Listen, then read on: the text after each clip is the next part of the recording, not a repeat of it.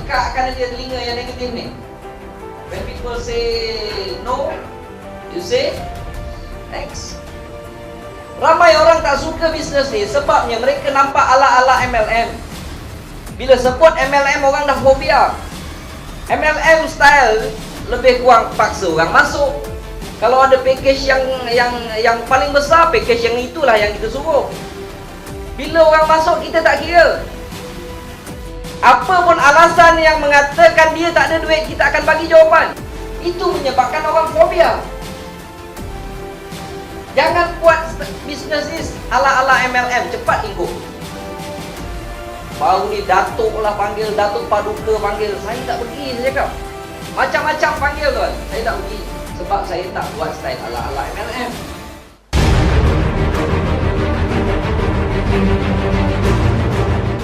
Disebabkan saya spend lama untuk study, untuk mencipta formula ni, okey, benda yang saya dah tunggu begitu lama, yang nak melepasi saya punya penapis, bila dapat, saya memang tak pandang kiri dengan tak pandang kanan. Sebab dah lah nak dapat, dia bayar. Okey, apabila dapat, saya tak kira lah, saya akan buat je. Sebab saya dah nampak. Okey, saya dah nampak benda tu, dia memang boleh pergi. Kalau nak cerita penolakan, memang terlalu banyak penolakan. Tapi saya dah nampak, ini memang meletup satu hari. Jadi, daripada saya dengar pendapat orang yang macam tu, mereka tak luangkan masa untuk study. Jadi, saya tak perlu nasihat mereka. Sebab mereka tak luangkan masa. Bukan kata saya pandai lah, mereka tak luangkan masa untuk study. Jadi, apabila mereka bagi pendapat, saya tahu pendapat mereka tidak disupport oleh apa-apa study. Jadi, pendapat saya tu berdasarkan study, berdasarkan kajian saya, jadi saya jalan. Pertama, dia melepasi saya punya penapis. Okey. Kedua, kalau kita nak tengok tentang potensi, alright, kita tengok dia punya market. Lagi besar market orang yang menggunakan, lagi tinggi potensi untuk perniagaan tersebut. Okey, bagus dan tak bagus. Apa pun produk yang datang yang melepasi 3 penapis ni, dia insyaAllah baik. Tetapi produk tu, kalau dia digunakan, dia menjadi keperluan lebih ramai orang, lagi tinggi potensi dia tuan. Buat bisnes ini, sentiasalah berkongsi. Jangan ajak orang masuk sangat-sangat. Orang tak suka. Kalau orang datang jumpa saya, dia cakap, Cik Razlan, saya nak masuk bisnes ni semua apa. Saya cakap, pasal apa kamu nak join? Masa Cik Razlan dapat ratus-ratus ribu, saya tak bagi dia masuk kan tuan. Saya cakap, tuan, kalau tuan nak masuk sebab itu, biasanya data menunjukkan orang macam ni tak lama. Jangan masuk, saya kata. Tuan ambil buku ni, balik baca dulu. Kalau tuan faham betul bisnes ni sesuai untuk tuan, tuan datang balik. Saya tak bagi dia masuk tuan. Dalam bisnes ni jangan main sapu je. Kalau tuan sapu je, kadang-kadang sapu sampah sekali. Sebab peringkat awal kita boleh menilai orang macam ni, dia seperti buah yang cantik. Cantik di luar tetapi berulat di dalam. Jangan makan.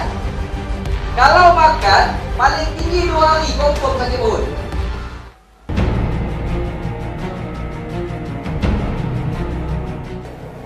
Itu semuanya kalau bagi saya hanya meletakkan kesilapan dekat diri kita.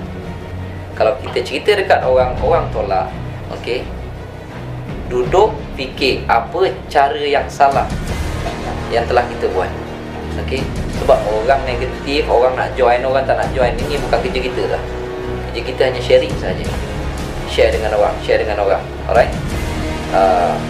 Kalau kita, yang negatif, biarkan.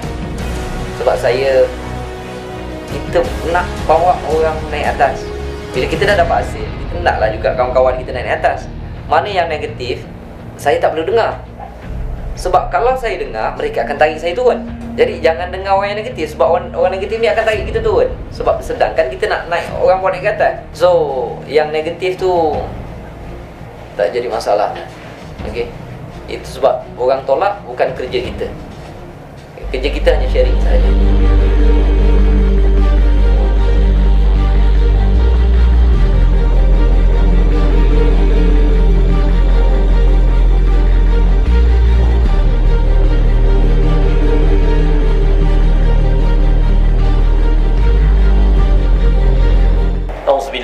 minasyaitonirrajim. Bismillahirrahmanirrahim. Assalamualaikum warahmatullahi taala wabarakatuh. Qul rabbi ishrah li sadri wa yassir li amri wahlul 'uqdatam min lisani yafqahu qawli. Ar-Rahman 'allamal Qur'an, khalaqal insana 'allamahul bayan. Segala puji-pujian bagi Allah Subhanahu wa taala. Selawat dan salam kepada junjungan besar Nabi Muhammad sallallahu alaihi wasallam. Tuan-tuan dan puan-puan yang kasihi, saya ingin mengucapkan terima kasih kepada pihak Tun Excel kerana memberi peluang kepada kami untuk memperjelaskan konsep pematuhan syariah dalam perniagaan mereka. Alhamdulillah, saya Abdul Syukur bin Haji Abu Samah sebagai ahli lembaga takbir Mahat Tahfiz Al-Hikmah Padang Siding Pau Perlis ingin bersama-sama dengan tuan-tuan dan puan-puan bagi memahami konsep pematuhan syariah di dalam perniagaan Tun Excel. Saya memetik kata-kata Dr. Zahiruddin bin Haji Abdul Rahman yang tuan-tuan sudah kenal, dalam memperjelas dan memperincikan konsep pematuhan syariah di dalam perniagaan Tun Excel. Tuan-tuan dan puan-puan yang dikasihi, semoga penjelasan ini akan memberi sedikit pemahaman kepada tuan-tuan dan puan-puan supaya berlapang dada dalam menerima rezeki yang diberikan oleh Allah Subhanahu wa taala dalam perniagaan Tun Excel ini. Sebagaimana yang tuan-tuan perhatikan, Tun Excel satu perniagaan yang tidak melibatkan perniagaan emas ataupun perak. Ini bermakna satu daripada tahap untuk pematuhan syariah telah kita lalui. Yang kedua, tuan-tuan dan puan-puan, tujuannya jelas. SIM card yang diberikan kepada tuan-tuan ataupun tuan-tuan beli daripada pihak tertentu di dalam Tun Excel dan tuan-tuan merekomen ataupun memperkenalkan pada rakan-rakan yang berikutnya dalam keadaan yang jelas. Tidak ada fakta-fakta yang terselindung. Ini bermakna tuan-tuan mengetahui daripada A to Z sampai daripada bermula hingga berakhirnya perniagaan itu tuan-tuan dapat dengan jelas. Dalam aspek komisen yang diberikan juga sebenarnya begitu jelas. Tuan-tuan tidak diselindungi daripada aspek pemberian komisen. Ini bermakna syarikat tidak menekan para pelanggannya untuk meneruskan perniagaan mereka secara paksaan. Dalam aspek pemberian komisen, tiada komisen diberikan tanpa usaha. Mana kata tuan-tuan, tidak ada money game di situ, iaitu kita tidak bekerja tetapi dapat komisen. Di sini kita kena berusaha, kita kena memperkenalkan SIM card yang dikeluarkan oleh Tun Excel kepada rakan-rakan yang lain. Di situlah komisen kita diberi. Bermakna kita berusaha bekerja, mengeluarkan tenaga kita untuk memperkenalkan konsep perniagaan ini kepada rakan lain sehingga pihak syarikat memberi komisen tertentu kepada kita. Komisen juga diberikan bertuan-tuan berdasarkan keuntungan, berdasarkan ahli yang ditaja, bukannya money game. Ini yang saya jelaskan tadi.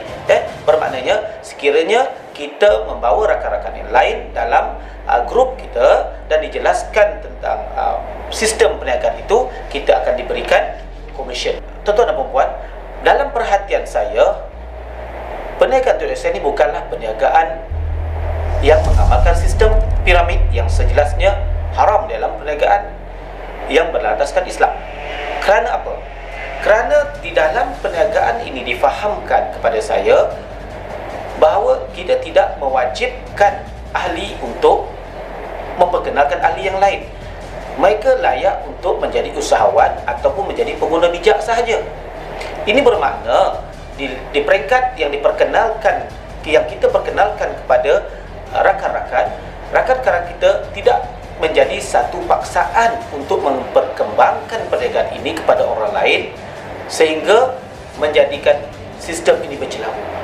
Sistematik yang telah sistem perniagaan ini tidak mewajibkan rakan yang kita perkenalkan itu untuk mencari rakan yang lain. Terpulanglah kepada mereka untuk menjadi usahawan ataupun untuk menjadi sebagai pengguna bijak saja. Tuan-tuan dan puan-puan, sebagai mematuhi pematuhan syariah dalam perniagaan, Tun Excel tidak mewajibkan ahli membuat belian secara tetap pada kadar tertentu. Ini bermakna menjelaskan tentang pemberian komisen tadi kepada produk yang akan tuan-tuan beli tidak ditetapkan kepada nilai-nilai tertentu sehingga menjadi satu paksaan kepada orang ramai, kepada tuan-tuan dan puan-puan. Jadi sejelasnya Tun Excel memberi kelonggaran kepada tuan-tuan dan puan-puan untuk menentukan sendiri banyak mana yang tuan-tuan perlu beli pada bulan-bulan yang berkenaan, pada masa-masa yang berkenaan, tanpa mengikat masa.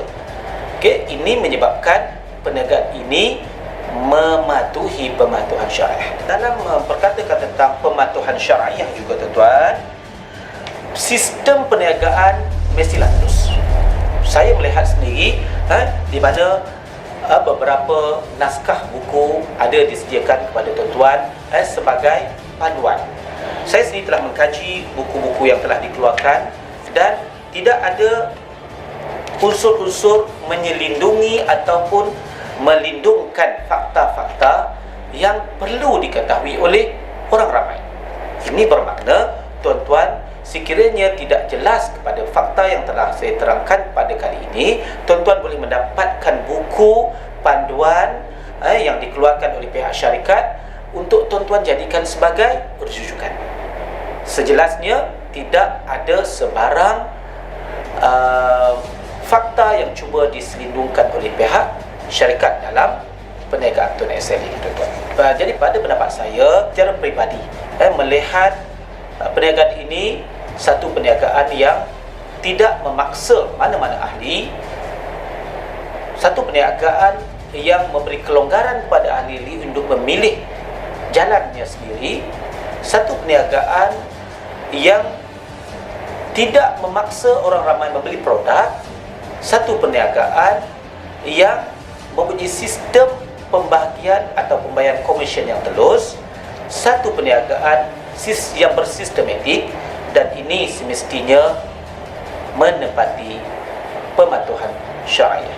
Satu ketika saya memetik satu hadis Rasulullah SAW tentang apa yang dinasihatkan oleh Sayyidina Umar radhiyallahu anhu. Apa yang beliau katakan? Kajilah satu-satu perniagaan itu sebelum menyertainya. Jangan kau datang kepada pasar ini untuk berniaga tanpa engkau mengkaji apakah perniagaannya. Jadi tuan-tuan, saya nasihatkan kepada tuan-tuan dan perempuan yang berada di luar sana untuk memastikan sebelum tuan-tuan menyertai perniagaan ini, sebaik-baiknya tuan-tuan melihat dulu sistem perniagaannya, melihat dulu produk, melihat pembayaran komisen, dan mengetahui sedikit tentang latar belakang syarikat. Ini bagi memudahkan tuan-tuan untuk memahami konsep rezeki yang tuan-tuan terima. Semoga menjadi rezeki yang halal dan thayyibah. Semoga rezeki itu dapat membawa keluarga tuan-tuan ke jalan yang diridai Allah Subhanahu wa taala. Akhir sekali, saya nak menasihatkan untuk diri saya dan tuan-tuan yang berada di luar sana, semoga menjadikan perniagaan yakni sunnah Rasulullah SAW sebagai rezeki, sebagai sumber rezeki tuan-tuan yang dapat membawa tuan-tuan ke jalan yang diridai Allah Subhanahu wa taala. Wabillahi taufiq wal hidayah. Wassalamualaikum warahmatullahi wabarakatuh.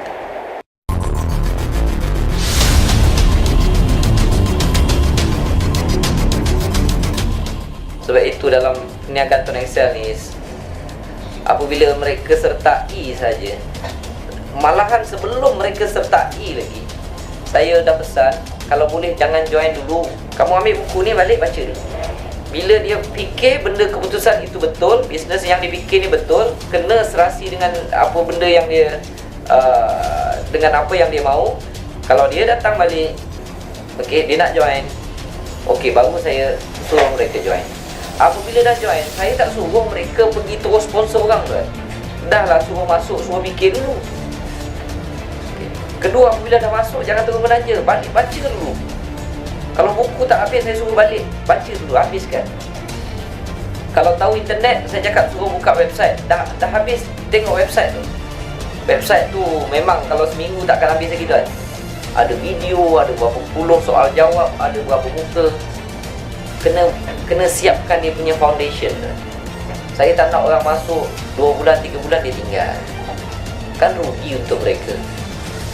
Sebab kita nampak benda ni, bukan nampak, dia memang menyelesaikan banyak masalah kewangan. Tapi kalau orang masuk sekat jalan, kan menambahkan beban kewangan mereka. Saya tak suka macam tu. Balik study dulu. Bila mereka nampak, oh betul, benda ni memang boleh jalan. Sebab dah terbukti orang lain boleh, kenapa aku tak boleh? Carikan satu sebab kenapa tuan nak buat bisnes ini sampai berjaya. Cari sebab sendiri. Bukan saya nak buat bisnes ni pasal Cik Mazlan dapat banyak duit. Saya semangat buat bisnes ni pasal tengok Cik Mazlan dapat puluh-puluh, ratus-ratus ribu. Orang macam ni tak tahan lama kan. Sebab itu apabila nampak signal macam ni, saya akan tegur lebih awal. Sebab kalau dia teruskan, memang dia tak tahan lama. Saya suruh dia cari. Kamu kena cari sebab saya buat bisnes ni pasal anak saya sakit. Saya dah tak mampu menampung duit kos. Saya kena kerja betul-betul. Alasan-alasan yang sedemikian tidak boleh diganggu gugat oleh orang lain. Sebab itu masalah objektif itu, alasan tersebut hanyalah unik pada dia. Saya nak buat bisnes ini kerana saya sering dihina oleh kaum keluarga saya, sanak saudara saya. Mereka nampak saya hina sangat. Saya kerja angkat sampah. Kadang-kadang saya panggil kenduri pun dia orang tak nak datang. Kalau dia orang nampak muka saya, dia orang tahu ini saya nak minjam duit lah, contoh dia. Terlalu hina hidup saya. Saya nak baiki hidup saya sendiri. Saya nak keluar hidup dari saya daripada pompong kehinaan. Memang betul, kalau ada sesetengah orang banyak hutang, betul lah Nabi kata, orang berhutang ni menyebabkan kekhawatiran di waktu malam dan menyebabkan kehinaan di siang hari. Okey.